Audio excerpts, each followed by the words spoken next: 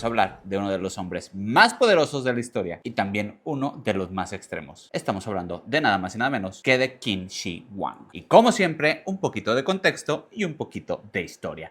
¿A dónde nos vamos? Nos vamos a China al siglo III a.C. Pero para entender a esta persona tenemos que irnos un poquitín más atrás. En este momento China estaba dividida en varios estados, es decir, reinos independientes y en constante conflicto. No había unidad. Y a este periodo se le conoce como el periodo de los reinos combatientes. Esto se data alrededor desde el 475 a.C. hasta por ahí del 221 a.C.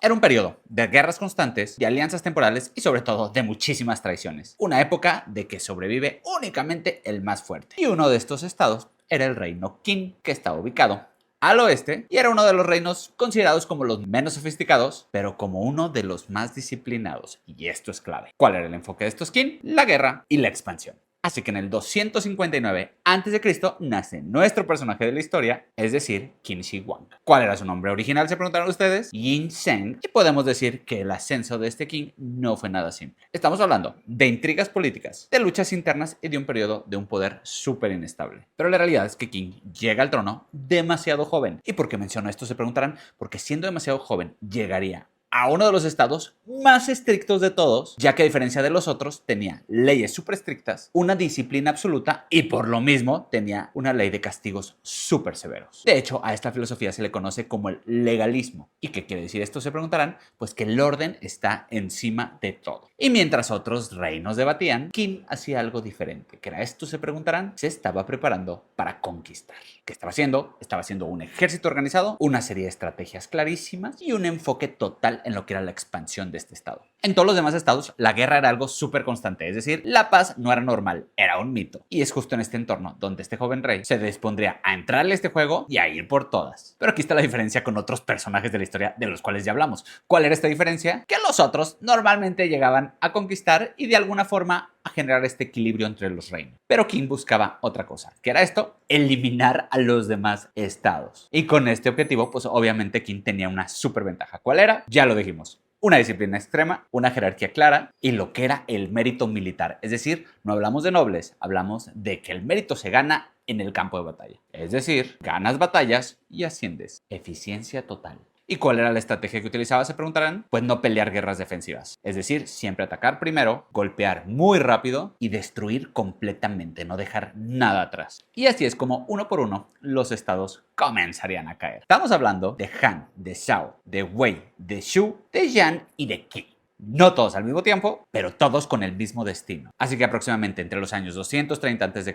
y 221 a.C., Qin derrota sistémicamente a cada uno de estos reinos, una campaña tras otra, hasta que llegaría el 221 con un momento clave. ¿Y cuál fue este? Se preguntarán. La conquista del último reino. ¿Y qué significa esto? Que por primera vez en toda su historia, China quedaría unificada. Es decir, nacería un nuevo título, ya que Qin no se llamaría a sí mismo como rey, sino que se autoproclama Shi Huangdi. ¿Y qué significa esto? El primer emperador. Esto no era solo un cambio de nombre, sino que era un cambio completo de idea. Es decir, un solo gobernante y un solo territorio, un imperio. Y obviamente, pues estamos hablando de que este primer gran imperio chino nacería con los fundamentos de estos Qin. ¿Y cuál era el fundamento principal? Obviamente la disciplina total, porque unificar un territorio no es lo mismo que gobernarlo. Y recordemos que este territorio enorme pues estaba lleno de culturas distintas, de sistemas distintos y sobre todo de formas de vida completamente distintas entre ellas. El potencial era un caos total. ¿Pero qué respuesta tendría Qin ante esto? Pues obviamente no me importa, centralicemos el poder. Así que elimina cualquier tipo de autonomía y cualquier tipo de diferencia. Es decir, hagamos un solo sistema para todos. Y este sistema estaba basado en la estandarización, que estandarizaría básicamente todo.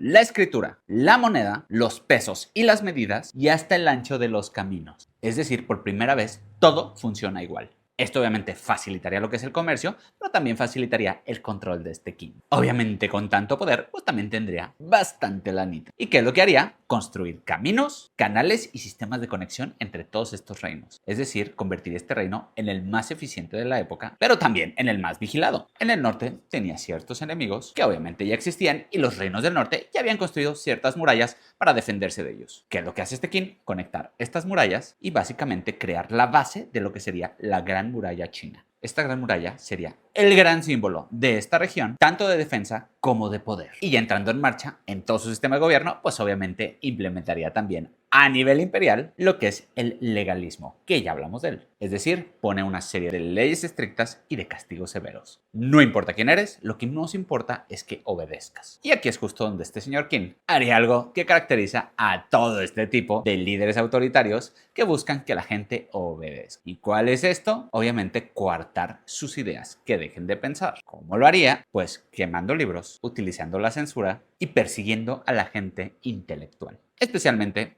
perseguir a la gente que cuestionaba las ideas de este señor Qin. ¿Cuál era el mensaje? Obviamente la unidad absoluta, que no haya debate y por supuesto que no haya oposición. Este sistema funciona, pero está basado en el miedo. Y después de haber logrado todo esto, el señor Qin se encontraría con un nuevo enemigo. ¿Y cuál es este? El tiempo. Este señor se empezaría a obsesionar con el tema de su muerte y empieza a buscar desesperado elixires de la vida eterna, contratando así a alquimistas, a médicos, incluso expediciones que fueran detrás de las leyendas de estos elixires, creando nuevos cuentos sobre todo los que van a estas islas místicas, todo por no morir. Y aquí viene lo irónico, que estos se preguntarán, pues que estos elixires pues contenían ciertos venenos que para la época no eran conocidos. Estamos hablando que contenían mercurio y es justo este mercurio el que quizás haya acercado a Qin a su muerte. Obviamente, este señor empezaría a desconfiar de absolutamente todo. ¿Qué es lo que hace? Cambia constantemente de residencias, oculta sus movimientos, incluso a su misma gente, y limita el acceso a su persona. Nadie podía saber dónde estaba y nadie se le podía acercar. El control que este señor hacía sobre todo el imperio lo empieza a hacer con la gente de su alrededor, incluso con sus propios funcionarios. Y es así como el miedo pasaría de ser una herramienta a convertirse en un estado permanente. Pasarían los años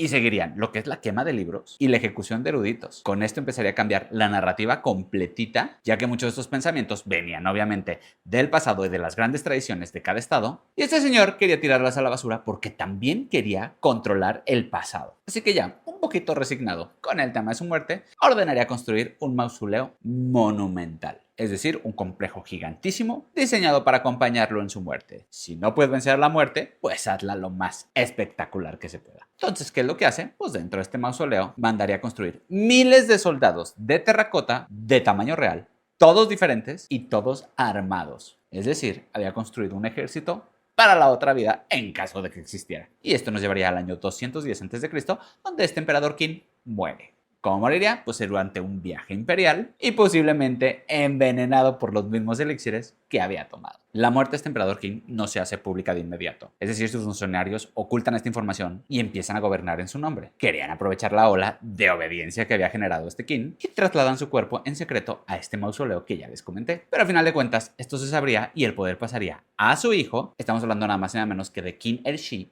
que obviamente no tenía ni la capacidad ni el control de su papá. Entonces, obviamente, este control extremo empezaría a desaparecer poquito a poquito y empezaríamos a ver ya lo que son las rebeliones, los caos y la pérdida de autoridad en cada uno de estos estados para que en cuestión de años este gran imperio Qin colapse. Estamos hablando alrededor del 206 a.C., es decir, 15 años después de su creación. ¿Fue un fracaso total?